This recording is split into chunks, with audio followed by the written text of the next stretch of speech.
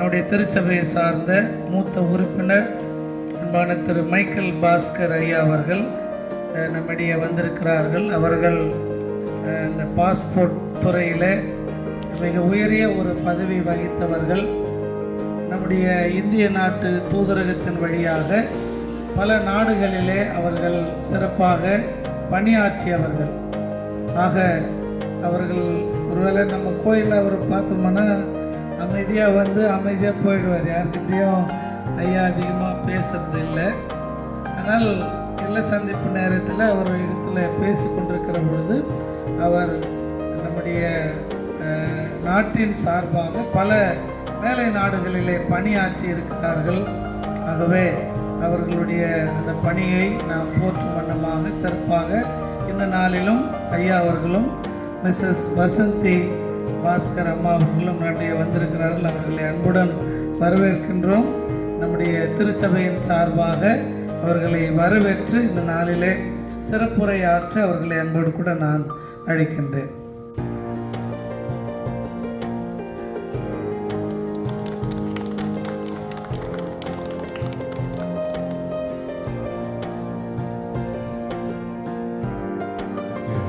கருத்து நாங்கள் நம்பி இருந்ததுனால 40 வருஷம் எங்களுக்கு 4 வருஷம் மாதிரி தான் போச்சு. அதனால் அதுக்கு நாங்கள் மிகவும் கடமைப்பட்டுள்ளோம். ஐயா அவர்கள் கொஞ்சம் அதில் உள்ள எக்ஸ்பீரியன்ஸை பகிர்ந்து சொன்னாங்க. ஒவ்வொரு கண்ட்ரியில் ஒவ்வொரு மாதிரி இன்னல்கள் தொல்லைகள். சென்ட்ரல் கவர்மெண்ட்டில் குறிப்பாக ஒரு தமிழனாக இருப்பது கஷ்டம், அதுவும் கிறிஸ்தவனாக இருந்தால் இன்னும் கொஞ்சம் கஷ்டம்தான். அதனால் பல பேர் இனிமேல் பல கேஸ் போட்டார்கள். எனக்கு ஒவ்வொரு கண்ட்ரிலும் கொடுத்த ரெஸ்பான்சிபிலிட்டி பாஸ்போர்ட் அண்ட் விசா பெரும்பாலும். அது ஏன் கொடுத்தாங்கன்னா அதுக்கும் நம்ம மதம் தான் காரணம். ஏன்னா சென்ட்ரல் கவர்மெண்ட்டில் ஒரு கிறிஸ்தவன்னா கொஞ்சம் ஹானஸ்ட்டாக இருப்பான்னு ஒரு பரவலான நம்பிக்கை அப்படி இருக்காங்க. அதனால் இது கொஞ்சம் சென்சிட்டிவ் போஸ்ட்னால அதை கொடுத்தாங்க. கர்த்தர் எங்களுக்கு நல்லா உதவி செஞ்சார். அதில் ஒரு துணையாக இருந்து ஒவ்வொரு கண்ட்ரிலையும் எனக்கு அதே போஸ்ட்டு திருப்பி அது வெறும் ரொம்ப கவர்டட் போஸ்ட்டு. அது கேட்டு வாங்குவாங்க, நான் கேட்காமே கிடச்சிது. ஆனால் எனக்கு ஏன் இது கொடுக்குறாங்க, எனக்கு வேண்டாம் சொல்லும்போது எதுக்கு கர்த்தர் என்னை அப்படி வழி நடத்தினாருன்னு எனக்கு பிறகுதான் புரிய வந்தது. டிஜிஎஸ் தினகரன் ஐயாவோட தொடர்பு ஏற்பட்டது. அப்போது அவர் பல மிஷனரிஸ்க்கு விசா கொடுக்க எனக்கு ஃபோன் பண்ணி சொல்லுவார், இல்லை இமெயில் அனுப்புவார். திரும்பட நான் அதை செஞ்சேன். அப்படியே கொரியாவில் நான் இருக்கும்போது பாஸ்டர் பாலியாங்கிச்சோட தொடர்பு வந்தது. என் டாக்டர் கூட அங்கே தான் பிறந்தா. ஆனால் அவரை பார்க்கணுன்னா 5 வருஷம் அப்பாயின்மெண்ட்னு சொன்னாங்க 90s. அப்போது நான் ஒரு தடவை அவருக்கு ஆஃபீஸில் கால் பண்ணும்போது இல்லை உடனே வாங்கினாங்க. அப்புறம் டாக்டருக்கு பேப்டிசம் அங்கே தான் வச்சேன். அது மூலமாக பிரதர் சாம் ஜபதுரை தொடர்புல வந்தார். பல ஊழியர்காரர்கள் இப்படி வந்து அவர் பாலியாங்கிச்சோ புக்கை தமிழில் டிரான்ஸ்லேட் பண்ணுவார். அப்போது அதுக்கு நடுவில் பிரிட்ஜாக நான் இருந்தேன், ராயல்ட்டி அந்த ப்ராப்ளம்லாம் பார்க்கறதுக்கு. அப்படி ஒவ்வொரு கண்ட்ரிலையும் நமக்கு கிறிஸ்தவ சபை கிடைச்சிது. அதுக்கு கருத்தை துதிக்கணும். ஏன்னா நாங்கள் இருந்ததெல்லாம் பீஸ்ஃபுல் கண்ட்ரியாக இருந்தது. நான் கேட்டு வாங்கினதுன்னு இல்லை, எனக்கு அதிகாரிகள் கொடுத்தது. அது ஆஃப்ரிக்காவில் 2, நார்த் அமெரிக்காவில் 2, சவுத் அமெரிக்காவில் 2, துபாய், பிரேசில் அப்படி இருந்தேன். எல்லாத்துலேயும் ஒரு சபை இருக்கும். அது பேப்டிஸ்டாக இருக்கலாம், லுத்தரனாக இருக்கலாம், மிக்ஸ்ட் டினாமினேஷன்ஸ் எல்லாத்துலேயும் நாங்கள் அது பங்கு பெற்று நல்லபடியாக இருந்தோம். இதெல்லாம் ஸ்மூத்தாக போனதுக்கு எனக்கு தெரிஞ்ச காரணம் நம்ம பைபிளில் உள்ள கட்டளைகளை ஃபாலோ பண்ணால் போதும். இப்போ இன்றைக்கி ரிப்பப்ளிக் டே கான்ஸ்டிடியூஷனுக்கு அரசியலமைப்பு சட்டம் இருக்குது. அதை பார்த்து இருந்தால் அதுக்கேற்றபடி இருந்தால் ஒவ்வொரு குடிமகனும் நல்லா இதோடு இருக்கலாம், எந்த ப்ராப்ளமும் இல்லாமல் இருக்கலாம். ஆனால் நம்ம கிறிஸ்தவராக ஆகிய நாம் பைபிளை ஃபாலோ பண்ணால் அதுவே போதுமானதுன்னு என்னோட அபிப்பிராயம். ஃபார் எக்ஸாம்பிள் இப்போது பாஸ்போர்ட் விசாலாம் கொஞ்சம் லூக்ரேட்டிவ் இது. அங்கே என்ன பண்ணுவாங்க, அதில் பணம் நிறைய ஓடும். ஒரு தவறான ஆட்களுக்கு பாஸ்போர்ட்டோ விசா கொடுத்தால் $5000 கொடுப்பாங்க. சில பேர் எனக்கு கவரில் வச்சு கொடுத்துருக்காங்க பாஸ்போர்ட்டோட. கேஷ் இருந்திருக்குது. அப்போது நான் என்னோடய உயர் அதிகாரிகளுக்கு அதை கொடுத்து இது மாதிரி வந்தது. அந்த டைம் கேமரா கூட கிடையாது ப்ரூவ் பண்ணேன். அதுமாரி ஒரு பாஸ்போர்ட்டுக்கு 5000 தான் பாருங்கள், 4 லட்சம். இப்போ அது வாங்கியிருந்தா நான் மணி வாக்கெட்டில் வீடு கட்டாமல் மவுண்ட் ரோடில் கட்டியிருக்கலாம். ஆனால் நம்ம ஒரு கட்டமைப்புக்குள்ள கத்திற்கு கட்டுப்பட்டு இருந்தால் எனக்கு தெரிஞ்சது 40 வருஷம் 4 வருஷம் ஆனது காரணம் இல்லை. எந்த ஒரு கஷ்டம் இல்லாமல் எங்கள் வாழ்க்கை போச்சு. சில கேசஸ் போட்டாங்க. இந்துக்களுக்கு நம்மளை பிடிக்கலைன்னா ஈஸியாக சொல்ல வேண்டியது கன்வெர்ட் பண்ண பார்த்தோம். அப்படி ஒரு கண்ட்ரியில் ஏன்னா அவங்க பண்ண அக்கிரமத்தை நான் கேஸ் தட்டி கேட்கும்போது டெல்லி வரைக்கும் போயிடுச்சு கேஸ். இதுமாரி இதை வந்து கன்வெர்ட் பண்ண பார்த்தோம். அப்போது பல என்கொயரி கமிட்டி வந்தது. என்னை வந்து ஃப்ரேம் பண்ண முடியல. ஏன்னா எந்த ஒன்றுமே இது இல்லை, ப்ரூஃப் இல்லை. எந்த ப்ரூஃப் இல்லாதனால அவங்க என்ன பண்ணுறதுன்னு தெரியாமல் இருந்தாங்க. கடைசியாக ஒரு இது அவங்க டிசைட் பண்ணாங்க. என்னோடய க்ளோசஸ்ட் ஃப்ரெண்டு எம்பசியில் இருக்கிற ஆளை நம்ம இன்டர்வியூ பண்ணால் அது உண்மை தெரிஞ்சிடும். க்ளோஸாக இருக்கேன். அவர் வீடும் எனக்கு அடுத்த வீடு தான்.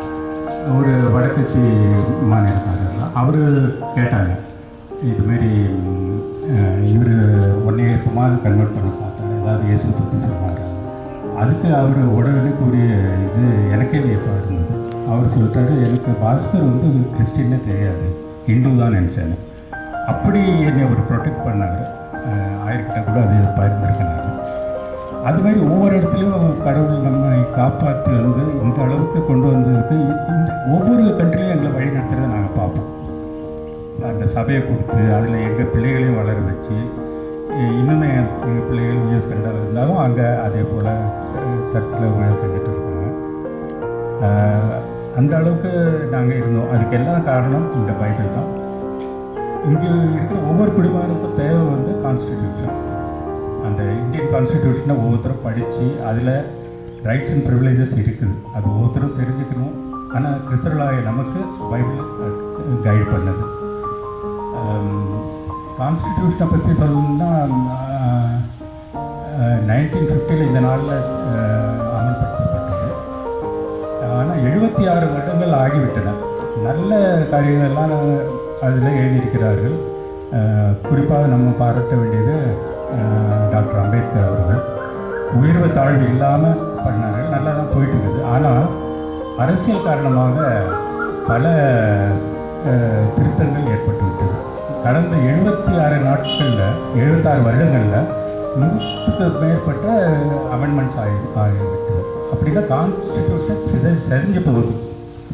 அதில் என்ன ஆகுது, அது சிதையும் போது நம்ம மைனாரிட்டிஸ்க்கு அந்த வாய்ப்பு போகுது, நம்மளோட தரம் குறையுது.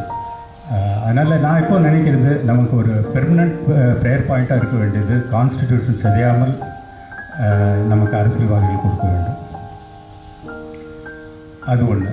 ரெண்டாவதாக, நம்ம எந்த துறையில் இருந்தாலும் ப்ரைவேட்டோ கவர்மெண்ட்டோ நம்ம லஞ்சம் வாங்கிறது கம்ப்ளீட்டாக வாங்கிறதும் தப்பு, கொடுக்குறதும் தப்புன்றத நம்ம உணர்ந்துருக்கணும். நான் என்னோடய துறையில் வாங்கியிருந்தால் எங்கேயோ போயிருக்கலாம். ஆனால் ஒவ்வொருத்தரும் அதை ஃபீல் பண்ணியிருந்தால் அது கடவுள் பார்க்குறாரு மேலே. நம்ம தப்பு செஞ்சோம்னா நமக்கு இப்போ ஃபார் எக்ஸாம்பிள் நான் இத்தனை வருஷம் வாங்கலை. எல்லோரும் நிறைய பேர் சொல்லியிருக்காங்க, நீ இந்த போஸ்ட்லேருந்து வாங்காதது உன்னோட முட்டாள்தனம்னு. ஆனால் நான் இப்போவும் ஒரு வேலைக்குன்னு போனால் இந்த தமிழ்நாட்டில் கூட லஞ்சம் விரித்தோடு ஆடுகிறது. இங்கே போனாலும் என்கிட்ட வாங்க மாட்டாங்க. அது எப்படின்னு தெரியல. நான் யாருன்னு ஒன்றும் சொல்கிறதில்ல, ஒன்றும் தெரியறதில்ல. இப்போ கூட ஒரு பட்டா வாங்கிறதுன்னு போனால் உடனே கொடுத்துட்றாங்க. அதுக்கு நம்ம கொடுக்கணுன்றது தேவையில்லை. ஏன்னா நம்ம நல்ல காரியம் செஞ்சால் நமக்கு திருப்பி வருதுன்னு எனக்கு அதில் ஒரு நம்பிக்கை இருக்குது. அதனால் ஒவ்வொரு குடிமகனும் அதை ஃபாலோ பண்ணி இருந்தால் ரொம்ப நல்லா இருக்கும். ஆனால் அது பண்ணுவாங்களா, முடியுமா, ப்ராக்டிக்கலாக செய்ய முடியுமான்றது தெரியுது. அதனால் கான்ஸ்டிடியூஷனில் நம்ம அதுக்கு மதிப்பு கொடுத்து இன்றைக்கி நம்ம அதை கொண்டாடுகிறோம். நிறைய பேர் நம்மளை இது கன்வெர்ட் பண்ணுறாங்கன்னு சொல்கிறவங்களுக்கு எனக்கு ஒரே ஒரு கேள்வி தான் இருக்குது. 1947 2.5% தான் நம்ம கிறிஸ்டியன் பாப்புலேஷன் இருந்திருக்கு. இன்றைக்கி எவ்வளோன்னு கேட்டிங்கன்னா 2.5 தான் இருந்திருக்கு. இதனோட பல சபைகள் தோன்றிருக்குது வெள்ளைக்காரன் போன பிறகு. ஆனால் ஏன் அது ஏறலை அந்த பர்சன்டேஜ்? அதுக்கு மெயின் காரணம் எனக்கு தெரிஞ்சு நமக்கு எதிராக தீய சக்தியும் போகுது, நிறைய நடந்துகிட்ருக்குது. அதை வந்து நம்ம கட்டுப்படுத்தணும். அதுக்காக ப்ரேயர் பண்ணணும். அந்த தீய சக்தியை எரிகமலை போல் தடர்த்து எரிய வேண்டும். அது இருந்தால் தான் நம்ம பர்சன்டேஜ் ஒரு 10ஆவது ஏறும். நம்ம அதே பர்சன்டேஜ் வச்சுருக்கோம். அப்படி இருக்கும் கன்வெர்ட் பண்ணியிருந்தால் ஏன் அந்த பர்சன்டேஜ் ஏறலை? அது என்னோடய ஒரு பெரிய கேள்வி. எப்போவுமே இந்த இந்துக்கள் அவங்க சொன்னாங்களாம், நீங்கள் தான் பண்ணுறீங்கன்னா எப்படி பண்ணுறீங்க, அப்போ ஏன் பர்சன்டேஜ் அதே இருக்குது 75 வருஷமான்றது ஒரு கேள்வி. அதே டைம் நம்ம ஆத்ம ஆதாயமும் ஒவ்வொரு நபரும் செய்யணும். அவர் வாழ்நாளில் ஒருத்தர் ஆத்ம ஆதாயம் செஞ்சால் கூட போதும், நம்ம ஒரு 10% அடைஞ்சிருவோம். இந்த 2.5% இருக்கிறது கூட நார்த் ஈஸ்ட்லேயும் சவுத்லேயும் தான் இருக்குது. அந்த இன்பிட்வீன் டெல்லியிலேருந்து ஆந்திரா வரைக்கும் ஆல்மோஸ்ட் நெக்லிஜிபிள், 0வாக தான் இருக்குது. அதனால் இதெல்லாம் நம்ம கொஞ்சம் குறிப்பில் நம்ம எடுத்துகிட்டு ப்ரேயர் பாயிண்ட்ஸாக வச்சு இது பண்ணால் நல்லபடியாக இருக்கும்னு நினைக்கிறேன். கான்ஸ்டிடியூஷனை நம்ம மதிக்கக்கூடியவர்கள், அதை ஒவ்வொரு குடிமகனும் மதிக்கணும். அதில் உள்ள சட்டத்திட்டங்கள் நான் தரவாக படிச்சிருக்கேன். அது ரொம்ப இன்ட்ரெஸ்டிங் கூட. நம்மளோட உரிமைகள், சலுகைகள் எல்லாமே நமக்கே தெரியாதது நிறைய இருக்குது. அதனால் அதை ஃபாலோ பண்ணியிருந்தாலே நல்லா இருக்குன்றது என்னோடய சொந்த அபிப்பிராயம். ஏன்னா நம்மளோட கான்ஸ்டிடியூஷன் வேர்ல்டில் உள்ள எல்லா கான்ஸ்டிடியூஷனோட மச் பெட்டர். ஏன்னா நம்ம கான்ஸ்டிடியூஷன் உண்டாக்கினது நம்ம மூத்த தலைவர்கள் டாக்டர் அம்பேத்கர், ஜவஹர்லால் நேரு போன்றவர்கள் உண்டாக்கும் போது அவர்களே எழுதவில்லை. அது பல கண்ட்ரிலேருந்து பாரோ பண்ணியிருக்கிறார்கள். UK, USA, Germany, south Africa, Ireland, இந்த மாதிரி அதில் உள்ள நல்ல பாயிண்டெல்லாம் எடுத்து போட்டிருக்காங்க. அதனால் அதனால தான் நம்ம கான்ஸ்டிடியூஷனை பேக் ஆஃப் பாரோயிங்னு சொல்லுவாங்க. எல்லாத்துலேயும் பாரோ பண்ணி போட்டு ரொம்ப நல்ல இது. அந்த இப்போது அரசியல் அமைப்பில் கொஞ்சம் சட்டத்திட்டங்களை அதையே மாற்றிட்டு வராங்க. ஒரு 2/3 மெஜாரிட்டி இல்லாமல் கூட சில கேசஸில் மாற்றிருக்காங்க. அப்படி பண்ணக்கூடாது. அதற்காக நம்ம ஜெபிப்போம். இவ்வளோதான் நான் சொல்ல வேண்டியது. வாய்ப்பு கொடுத்த ஆயர் அவர்களுக்கும், ட்ரெஷரர், செக்ரட்டரி, PC மெம்பர், சபை உறுப்பினருக்கு மிக்க நன்றி கூறிக்கொள்ள விரும்புகிறேன். நன்றி.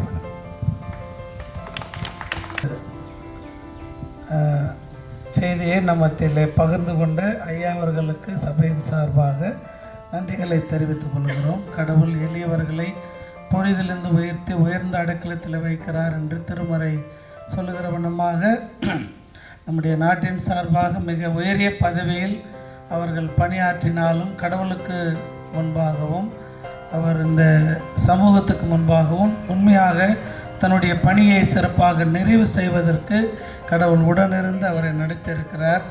அதனால் நிறைய அவருக்கு தீங்கு வந்திருக்கிறது. ஆனாலும் அதைகளெல்லாம் பொருட்படுத்தாமல் அவர்கள் தன்னுடைய வாழ்வை சிறப்பாக தன்னுடைய பணியை அவர்கள் நிறைவு செய்திருப்பது உண்மையிலே கடவுள் அவங்களுக்கு கொடுத்த மகிழ்ச்சி. அதனால தான் இன்றைக்கி அவங்க பிள்ளைங்க எல்லாம் ஆசீர்வாதமாக இருக்கிறாங்க. நம்ம அவங்க குடும்பத்தை குறித்து அறிந்திருக்கின்றோம். ஆக மீண்டுமாக நம்முடைய திருச்சபையின் சார்பாக ஐயா அவர்களுக்கு நன்றிகளை தெரிவித்துக் கொள்கின்றோம். திருமறை பகுதியை இப்பொழுது படிக்க கேட்போம்.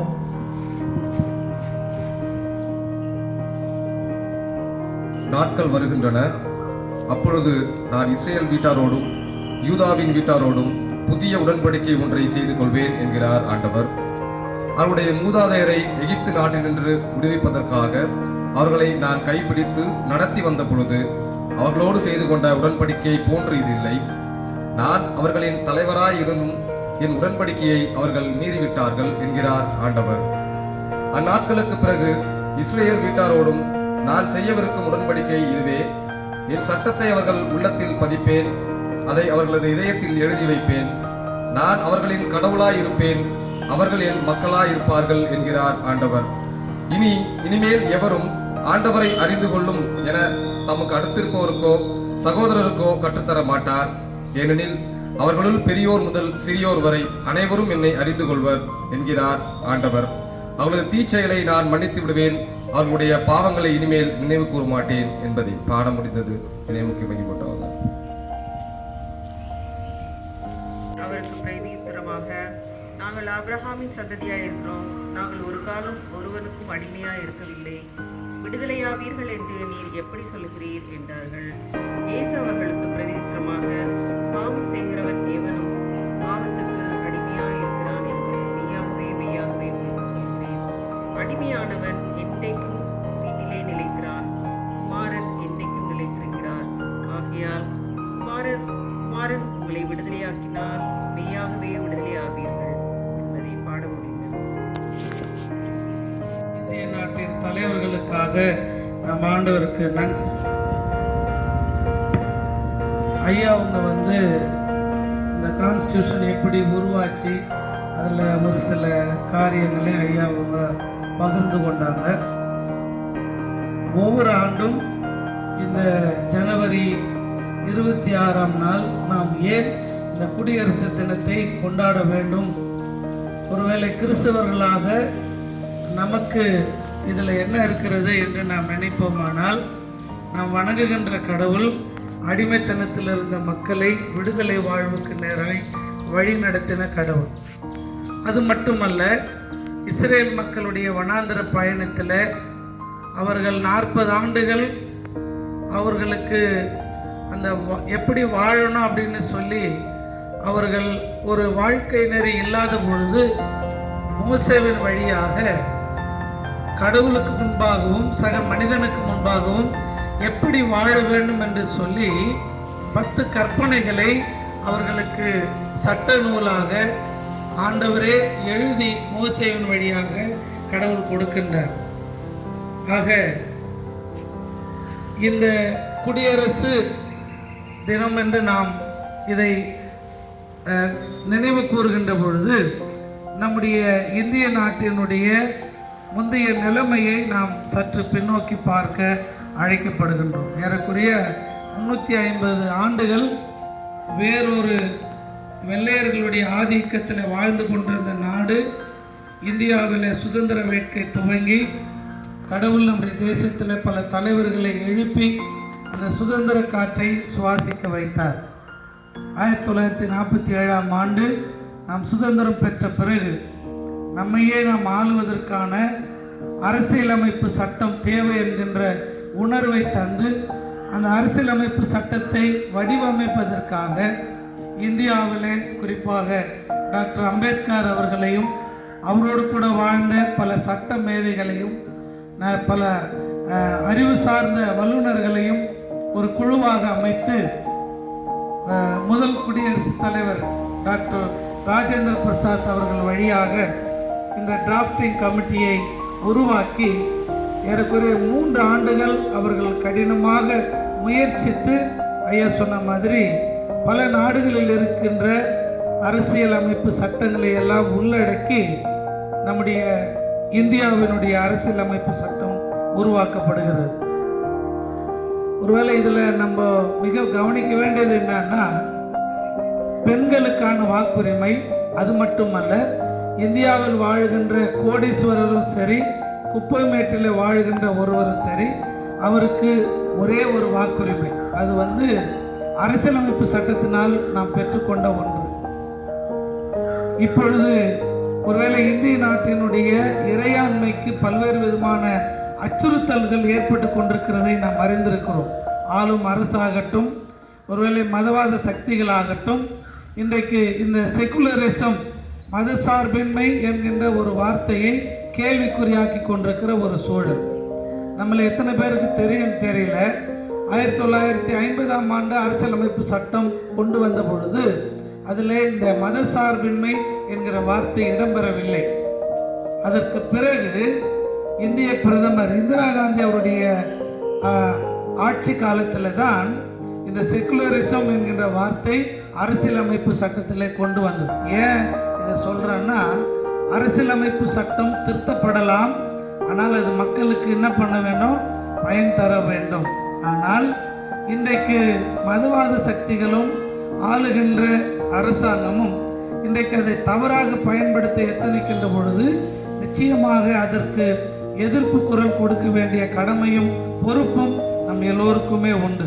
இயேசு ஆண்டவர் கூட அதுதான். எல்லா இடத்துலையும் அன்பையும் கனிவையும் இரக்கத்தையும் பரிவையும் காண்பித்த ஆண்டவர் அவரை எந்த முகாந்திரமும் இல்லாமல் அடிக்கின்ற பொழுது என்னை ஏன் அடித்தேன் என்று சொல்லி எதிர்ப்பு குரல் எழுப்புகிறதை நாம் பார்க்கின்றோம். அப்படியானால் இன்றைக்கு இருக்கின்ற சூழலிலே நாம் இந்த அரசியலமைப்பு சட்டம் கட்டி காக்கப்பட வேண்டும். ஒருவேளை அதனுடைய திருத்தங்கள் என்பது மக்களுக்கு பயன் தருகின்ற ஒன்றாக இருக்க வேண்டுமே தவிர மக்களுக்கு தீங்கு விளைவிக்கின்ற ஒன்றாக இருக்கக்கூடாது என்பதற்காக கருத்தாக ஜெபிக்க அழைக்கப்படுகிறோம். யோவான் நற்செய்தி நூலில் ஆண்டவர் சொல்றாரு, குமாரன் விடுதலையாக்கினால் மெய்யாகவே விடுதலையாவீர்கள். விடுதலை என்று சொல்லுகிற பொழுது ரெண்டு விஷயம் இருக்குது. ஒன்று அடிமையாவது, இன்னொன்று அடிமைப்படுத்துவது. அடிமையாவது அப்படின்னு சொல்லி பார்த்தோம்னா நம்ம எதுக்கு வேணால் அடிமையாக மாறிட முடியும் எளிதில். பணத்துக்காகவோ பொருளுக்காகவோ பதவிக்காகவோ அல்லது ஏதோ ஒரு காரியத்துக்காக நம்ம ஏதோ ஒன்றுக்கு அடிமையாக இருக்கலாம். ஏதோ ஒரு பழக்க வழக்கத்துக்கு கூட அடிமையாக இருக்கலாம்.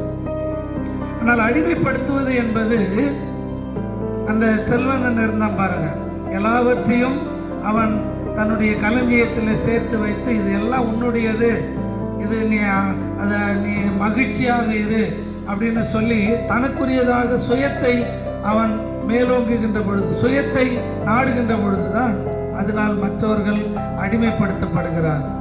ஒருவேளை இந்திய நாட்டினுடைய தலைவர்கள் அதற்கு எதிராக குரல் எழுப்பி இந்தியாவில் இருக்கின்ற எல்லா குடிமக்களும் சமம் என்கின்ற உரிமையை பெற்று தந்தது இந்த குடியரசு தினம், நம்முடைய நாட்டினுடைய அரசியல் அமைப்பு சாசனம். ஆகவே இந்த நல்ல பணிக்கு வித்திட்ட தலைவர்களை நாம் நன்றியோடு கூட நினைவு கூறுவோம். அவர்களை இந்த திருப்பணிக்கு உரமூட்டி உற்சாகமூட்டி அவர்களை பயன்படுத்தின கடவுளுக்கு நாம் நன்றி சொல்லுவோம். நம்முடைய கடவுள் விடுதலையின் கடவுள். அவர் என்னாலும் நம்மோடு கூட இருந்து இந்த விடுதலை வாழ்வுக்கு நேராக நம்மை வழி நடத்துகின்றார். நாம் இருக்கின்ற தற்கால சூழல்கள் நமக்கு தெரியும்.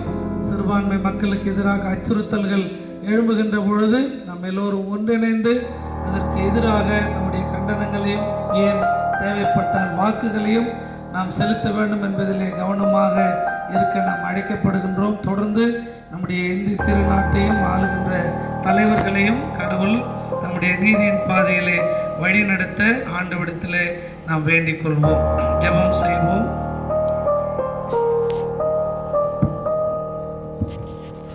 பரலோக தகப்பனே, கடவுள் எங்கள் இந்திய தேசத்திற்கு தந்த விடுதலை வாழ்வுக்காக நாங்கள் நன்றி சொல்லுகின்றோம்.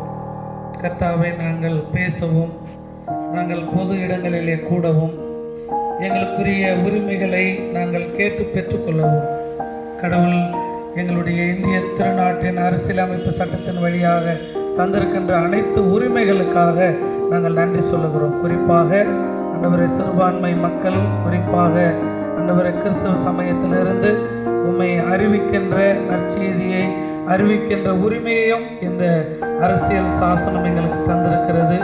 ஆண்டவரே, பெண்களுக்கான உரிமை, வாழ்வதற்கான உரிமை, இப்படி பல்வேறு உரிமைகளை இந்த அரசியல் அமைப்பு சட்டத்தின் வழியாக கடவுள் எங்களுக்கு தந்திருக்கின்றேன்.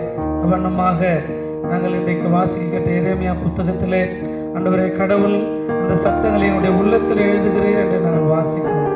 கடவுளை நேசிப்பது போல அடுத்திருப்பவரை நேசிக்க வேண்டும் என்கின்ற பிரதான கட்டளை என்னுடைய திருமைந்தன் இயேசு கிறிஸ்துவின் வழியாக எங்களுக்கு தந்திருக்கிறேன். ஆக நாங்கள் மனித நேயத்தோடு ஆண்டவரே நாங்கள் பிறரை நேசிக்கவும் ஏற்றுக்கொள்ளவும், அவனமாக ஆண்டவரை கடவுளை நேசிக்கவும் நீர் எங்களுக்கு தந்திருக்கின்ற எல்லா ஆசீர்வாதங்களுக்காக நன்றி சொல்லுகின்றோம். மீண்டுமாக எங்களுடைய இந்திய தேசத்தை ஆளுகின்ற தலைவர்களையும் ஆண்டவரை அரசு துறையில் இருக்கின்ற உயர் பொறுப்புகளை பதவிகளை வகிக்கின்ற அனைத்து அதிகாரிகளுடைய கருத்தில் அர்ப்பணிக்கின்றோம். இந்த தேசம் நீதியோடும் நேர்மையோடும் ஆண்டவரை ஆட்சியாளர்களால் வழிநடத்தப்பட, ஏழை மக்களுடைய வாழ்வாதாரங்கள் தேவைகள் சந்திக்கப்பட, அனைத்து மக்களும் அனைத்து நன்மைகளையும் பெற்றுக்கொள்ளும் திருக்கரத்தில் அர்ப்பணிக்கின்றோம். விடுதலையின் ஆண்டவர் தொடர்ந்து எங்களுடைய தலைவர்களுக்கு அப்படிப்பட்ட ஞானத்தை தந்த வழிநடத்த முடியாது ஒப்பு கொடுக்கணும். சிறப்பாக எங்களுடைய ஆண்டவரை இந்த குடியரசு தின விழாவிலே ஆண்டவரை எங்கள் மத்தியில் வந்திருக்கின்ற அன்பான மைக்கேல் பாஸ்கர் ஐயாவுக்காக, வசந்தி அம்மாவுக்காக, அவருடைய குடும்பத்துக்காக நன்றி சொல்லுகிறோம். கடவுள் அவரையும் அவருடைய பணிக்காலத்தையும் உமக்கு ஆசீர்வாதமாக சாட்சியாக அவரை பயன்படுத்தின கிருபைகளுக்காக நன்றி சொல்லுகின்றோம். கர்த்தாவை தொடர்ந்து அவருடைய ஆண்டவரை பணி ஓய்வு காலங்களே கடவுள் ஆசீர்வதித்து வழிநடத்தும். இந்த சிறப்பான நாளிலே நிகழ்வில் பங்கேற்றிருக்கிற அனைத்து இறைமக்களையும் கடவுள் ஆசீர்வதித்து வழிநடத்துவீராக. அருள்நாதர் இயேசு கிறிஸ்துவின் திருப்பெயரில் வேண்டுகிறோம் பிதாவே, ஆமென். என் ஆத்துமாவே கர்த்தரை ஸ்தோத்திரி, முழுவலுமே பரிசுத்த நாமத்தை ஸ்தோத்திரி. என் ஆத்துமாவே கர்த்தரை ஸ்தோத்திரி, கர்த்தர் செய்த சகல உபகாரங்களை மறவாதே. ஆமென். பிதா குமாரன் பரிசுத்த ஆவியாகிய மூவர் கடவுளுடைய ஆசீர்வாதம் நம்முடைய இந்திய திருநாட்டோடும் அதை ஆளுகின்ற தலைவர்களோடும் நம் அனைவரோடும் நீடித்து நிலைத்திருப்பதாக. ஆமென்.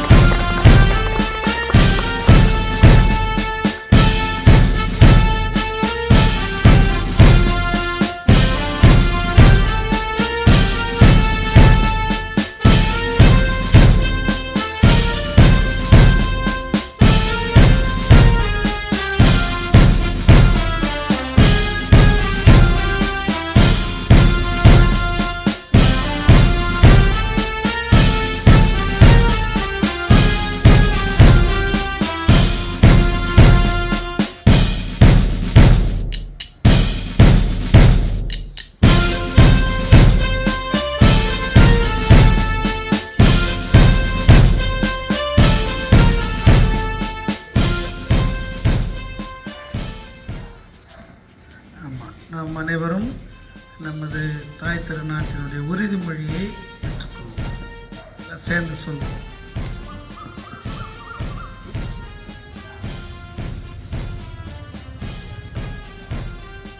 இந்தியா எனது தாய்நாடு. இந்தியா என் தாய்நாடு.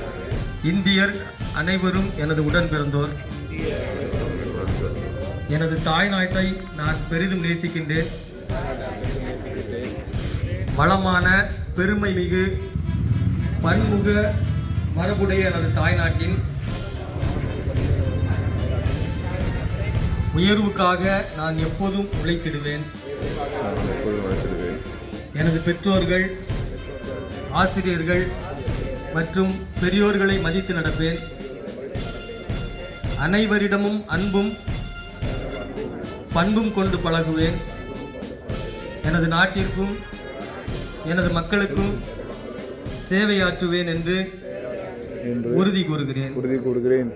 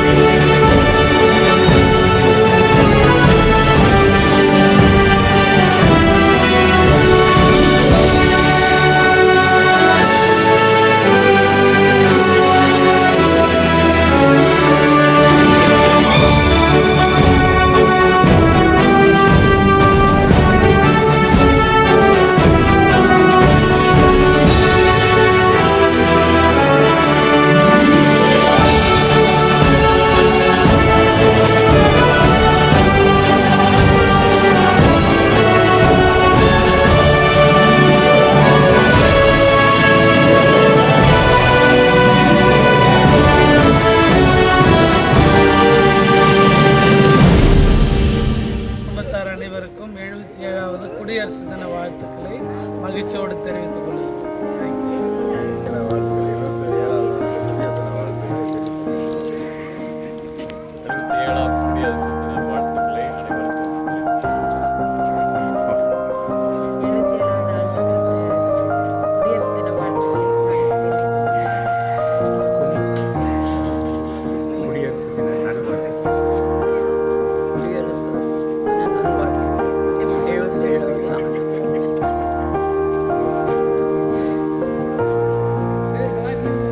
நாட்டு மக்கள் அனைவருக்கும் 77வது குடியரசு நல்வாழ்த்துக்களை தெரிவித்துக்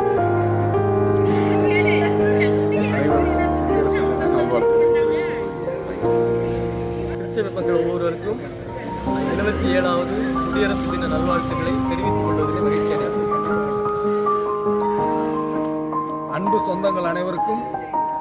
77வது குடியரசு தின நல்வாழ்த்துகள். அனைவருக்கும்